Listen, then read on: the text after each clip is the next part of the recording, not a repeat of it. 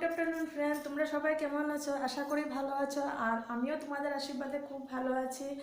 এখন শর্টস দেওয়ার জন্য রেডি, তাই রেডি হয়ে তোমাদের সাথে আসলাম দুটা কথা বলবো বলে। আর আমার 90K পুরা হয়েছে যে তোমাদের আশীর্বাদ আর ভালোবাসার জন্যই হয়েছে। আর তোমরা আমার পাশে ছিলে বলে আজ আমি এতদূর এগোতে পারলাম।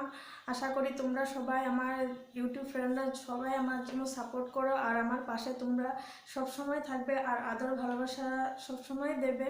আমিও তোমাদেরকে খুব ভালোবাসি।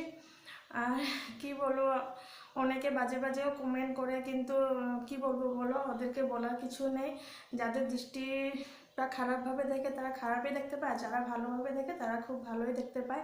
আর আমি এমন কোনো পোশাক পরি না যাতে আমি এত বাজে কিছু পরি না, তাই আমি কমেন্ট বক্স সবসময় অন করে তোমাদেরকে ভিডিও দিই। কেননা আমি এমন ড্রেস পরিয়ে দিই না যাতে আমার মানে নিজের খারাপ লাগে। আমি হাত কাটা তো সবাই পরে, তার আর কি বলবো বলো। আর যারা আমাকে খুব ভালোবাসো, আমাকে সাপোর্ট করো, তোমরা সবসময় আমাকে ভালোবাসবে, আমিও তোমাদেরকে অনেক ভালোবাসি।